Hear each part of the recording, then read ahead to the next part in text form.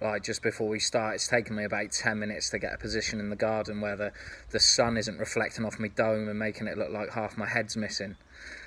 This is the simple package. There is the well-known idea regarding teaching that if you can't explain what you're doing to a child, then you don't fully understand the thing yourself. Kids, especially younger ones, seem to use the Socratic method as their default to anything they don't understand. Why do you do this? Why do you do that? I don't understand how to just step here or just put my hand there. I find that with the older ones, this isn't so much the case. Perhaps there may be our social pressures of not wanting to appear stupid or beginning to grow up and to be less inquisitive, just to take instruction and get on with things.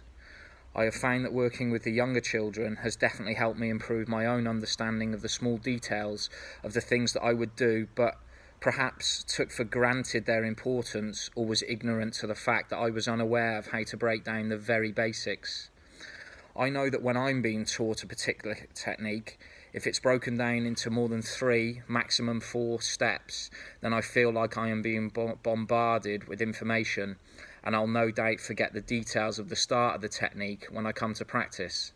That's not to say that the details aren't important, they are. It's vital, though, that the information is being presented clearly and simply so that it's more easily absorbed, giving the learner a better understanding of how to go away and practice properly.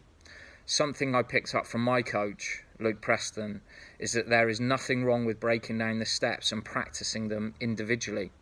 I'll use a throw for an example. You can go away and practice the entry, then practice the load, then practice the finish. Plenty of times we have been on the mat for a technical session for over an hour and only covered one technique. But at the end of the session, I can walk away feeling like I am beginning to understand it inside out. And that's what's wanted, isn't it? To have a technique so refined and practiced that should the opportunity be there, it could be executed on anyone. It's also why I don't like having numbers of repetitions thrown at me. I feel like I have to rush to get them done. Luke has us do things to time, 10 minutes on this one. I much prefer this method as I feel I can take my time and get things right, not skipping the small details to get the reps in. I try to emulate this in the lessons that I lead. If I practice incorrectly, it doesn't magically correct itself under the white-hot heat of contest.